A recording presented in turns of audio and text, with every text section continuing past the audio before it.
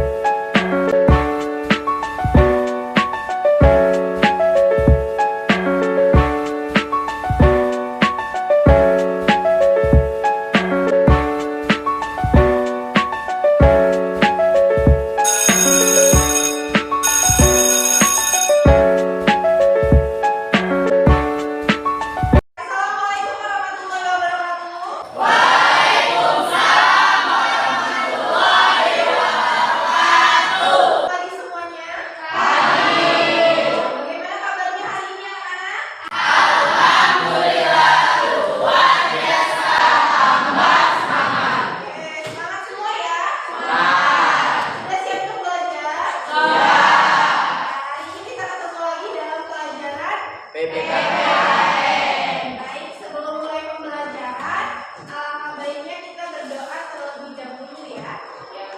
Ketua kelasnya siapa? Oke, Rido, silakan dipimpin teman-temannya untuk berdoa terlebih dahulu ya.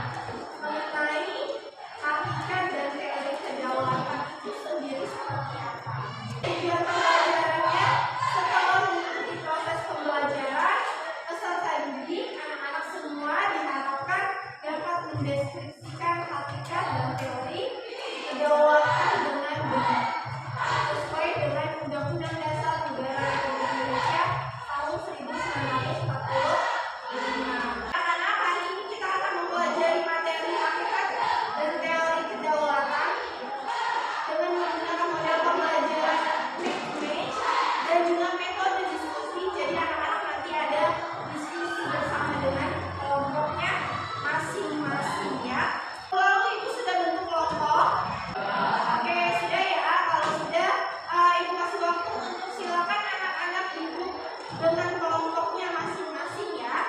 Oke, sudah membentuk kelompok semua? Sudah bentuk dasar dan kelompok masing-masing? Sudah. Kelompok satu mana? Kelompok dua? Anak-anak, sebelum masuk materi silakan perhatikan video di depan sebentar ya.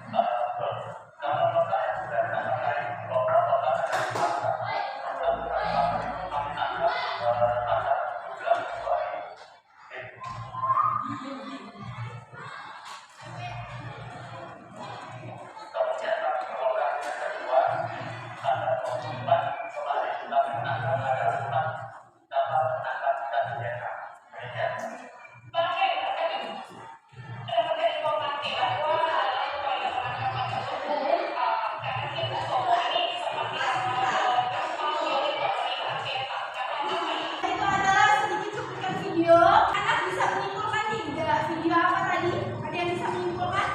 Ya, Asi. Penangkapan 4 kapal Vietnam mencurigakan di Batam Riau. Berita tersebut adalah berita tentang pencurian ikan yang terjadi di Indonesia, tepatnya di Batam, Kepulauan Riau. Pencurian ikan tersebut tentunya ada kaitan dengan materi kita hari ini tentang kedaulatan. Kira-kira kaitannya seperti apa? Nah, apa hubungannya pencurian ikan dengan kedaulatan negara Republik Indonesia? Awanda? Menjaga keamanan kelestarian laut Indonesia. Ya, pintar ya. Usaha kayak tadi merupakan bagian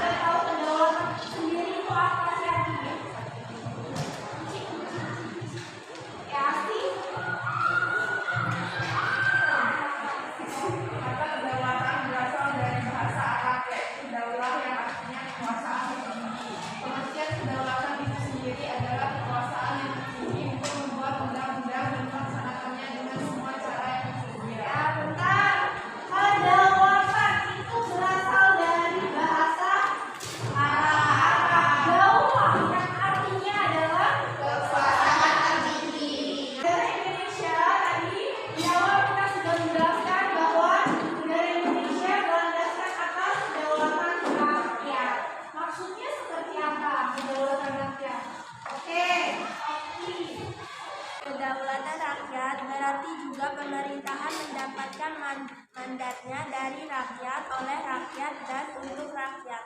Benar ya, tadi teman-teman menjelaskan mengenai kedaulatan rakyat.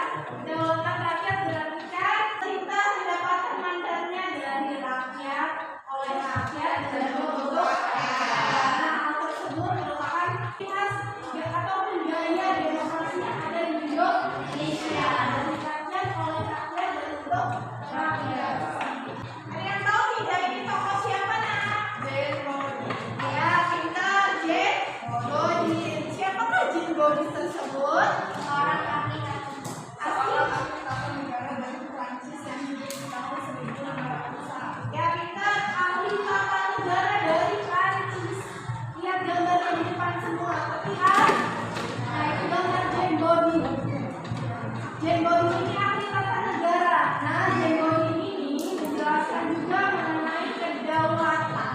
Ya. Menurut Jane Godin, kedaulatan adalah kekuasaan tertinggi untuk menentukan hukum dalam suatu negara. Poinnya sama ya. Jane Godin mengatakan bahwa kedaulatan adalah kekuasaan tertinggi. Ini ada sifat pokok kedaulatan. Ada berapa nama? Ada.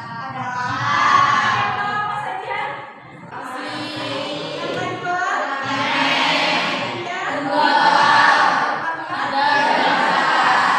Selanjutnya mengenai bentuk kedaulatan. Ada berapa nama bentuk kedaulatan? Ada dua. Yang pertama, kedaulatan di dalam. Yang kedua, kedaulatan luar. Ada yang sudah tahu maksudnya seperti apa? Ya, Ade. Kedaulatan ke dalam berarti bahwa bangsa yang merdeka memiliki kekuasaan untuk menyusun dan mengatur organisasi pemerintahan sendiri menurut kehendak bangsanya sendiri. Kedaulatan keluar berarti mempunyai kekuasaan untuk berhubungan dan bekerja sama dengan bangsa lain tanpa terikat oleh kekuasaan lain. Kedaulatan yang pertama ke dalam dan yang kedua adalah keluar. Ke dalam sesuai dengan namanya. Di dalam berarti kekuasaan untuk di dalam nih mengatur pemerintahannya sendiri, ya kan? Apa saja yang ada di dalam negara, nah itu merupakan bagian dari kekuasaan ke dalam, termasuk juga dengan sumber daya alam yang ada di darat, laut, udara, itu bagian dari kekuasaan kedaulatan ke dalam. Paham? Nah, ini merupakan contoh dari kedaulatan ke dalam juga kedaulatan ke luar. Terlihat yang ke dalam itu lagi ngapain ya nak? TNI ya kan? Sedang apa? Menjaga di perbatasan. Itu juga bagian dari kedaulatan ke dalam. Selanjutnya ada kedaulatan keluar. Tadi sudah dijelaskan salah satu contohnya adalah membuat perjanjian dengan negara lain. Selain itu ada juga mengikuti organisasi internasional ya. Nah, yang lain ada teori kedaulatan rakyat ya yang dianut oleh negara kita yaitu negara Indonesia. Ini dibahas mengenai demokrasi ya. Pemerintahan dari rakyat, oleh rakyat, dan untuk rakyat. Artinya rakyat memegang kekuasaan tertinggi. Nah, yang selanjutnya rakyat tersebut memberikan sebagian haknya kepada penguasa. Maksudnya apa penguasa tersebut? Ada lembaga negara yang dipilih oleh rakyat. Tujuannya apa? Untuk kepentingan bersama. Nah, selanjutnya ada nama Presi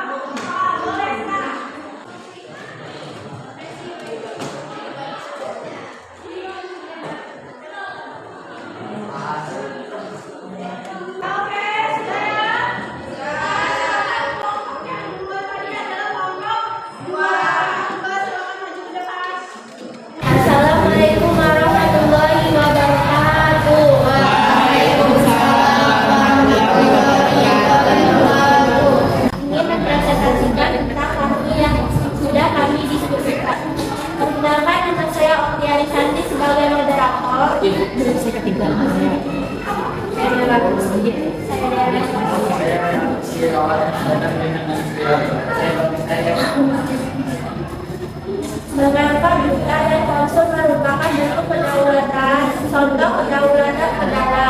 Betul. Betul ya. Kalau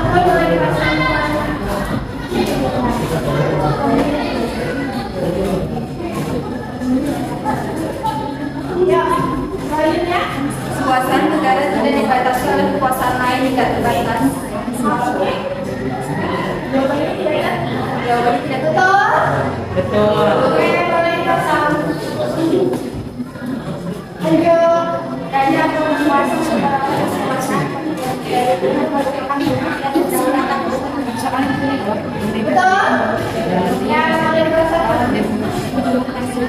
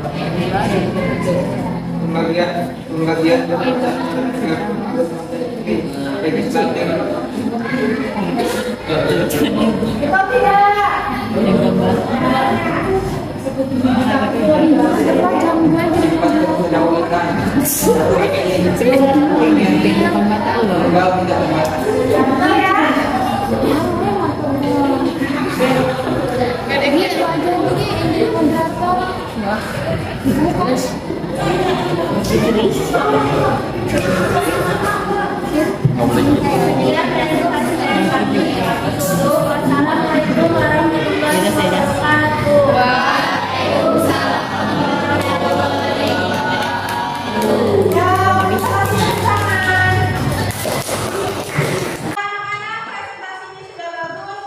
Kartu soal yang sudah dibacakan sudah sesuai antara soal dan juga jawaban. Selanjutnya, adakah anak-anak yang bisa menyimpulkan pembelajaran kita hari ini? Kesimpulannya pembelajaran kita hari ini apa? Anak-anak, oke. Okti. Bentar.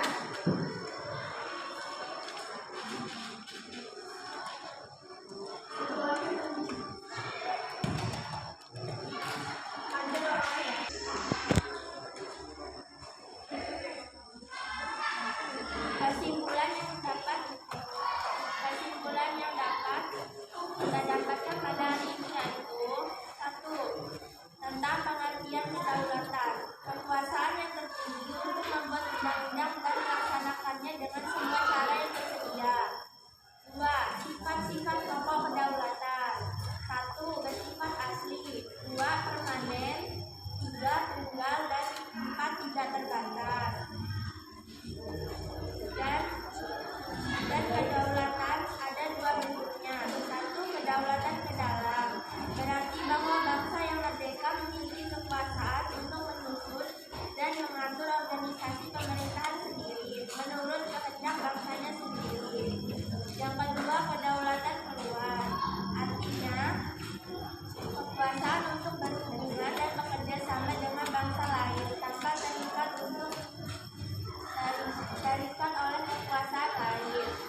Ada juga teori tentang kedaulatan. 1. Teori kedaulatan Tuhan. 2. Teori kedaulatan raja. 3. Teori kedaulatan negara. 4. Ada teori kedaulatan hukum. 5. Ada teori kedaulatan rakyat. Teori kedaulatan rakyat ditentukan oleh beberapa tokoh yaitu J.J. Rawls, 2. Johannes Augustus, 3. John Locke, dan 4. Montesquieu. Ada 3 kekuasaan yang ditentukan oleh Montesquieu. 1. Kekuasaan legislatif. 2. Kekuasaan eksekutif. 3. Kekuasaan yudikatif. Oke, bentar ya. Kesimpulan tadi dari temannya. Kita sudah belajar banyak hari ini mengenai kedaulatan, sifat pokoknya, bentuknya, ada juga teori kedaulatan. Ada juga tadi kalau salah satu tokoh dari teori kedaulatan rakyat, salah satunya adalah Montesquieu yang menganggap bahwa pembagian kekuasaan itu dibagi menjadi 3 ada dan yudikatif ya, benar semua. Oke, untuk melihat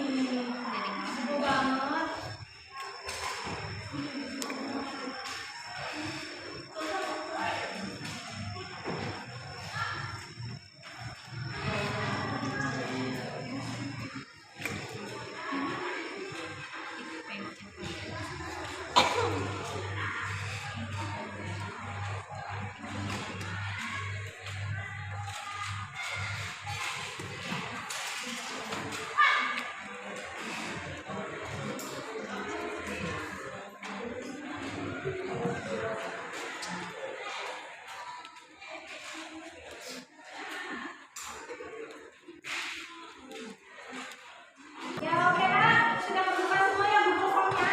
Kalau nanti ada kesulitan silakan boleh angkat tangan. Anak-anak, adakah yang bisa menjelaskan, menyebutkan kira-kira manfaat pembelajaran kita hari ini apa ya? Apakah ada manfaatnya? Ya sih, menurut Asti manfaatnya apa?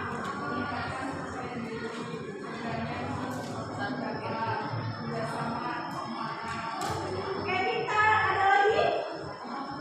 Ada? Manfaat pembelajaran menurut temannya tadi salah satunya adalah meningkatkan rasa percaya diri, kerjasama, kekompakan, ya kan? Nah, hal tersebut kita peroleh dari pembelajaran kita hari ini dengan kerjasama, dan kekompakan sehingga anak-anak semua bisa menyelesaikan apa yang menjadi tugasnya. Salah satu contohnya tadi memasangkan antara kartu jawaban dan juga kartu soal, begitu ya, paham? Oke, pada dasarnya, pada intinya pembelajaran kita hari ini sudah sangat baik ya. Mau kasih apresiasi, kita boleh tepuk tangan dulu. Pada dasarnya pembelajaran kita sudah sangat baik ya. Oke, untuk minggu depan kita akan masuk ke dalam materi sistem demokrasi di Indonesia. Ya, sistem demokrasi di Indonesia. Tugasnya adalah anak-anak silakan analisis demokrasi dimulai dari keluarga. Ya, pelaksanaan demokrasi yang di keluarga itu seperti apa? Silakan anak-anak analisis dulu, baru minggu depan kita masuk pelaksanaan demokrasi yang ada di Indonesia. Paham? Ada pertanyaan untuk hari ini? Cukup? Kalau sudah cukup, kita tutup pembelajaran kita dengan berdoa terlebih dahulu ya. Oke, silakan. Bapak dipimpin berdoa.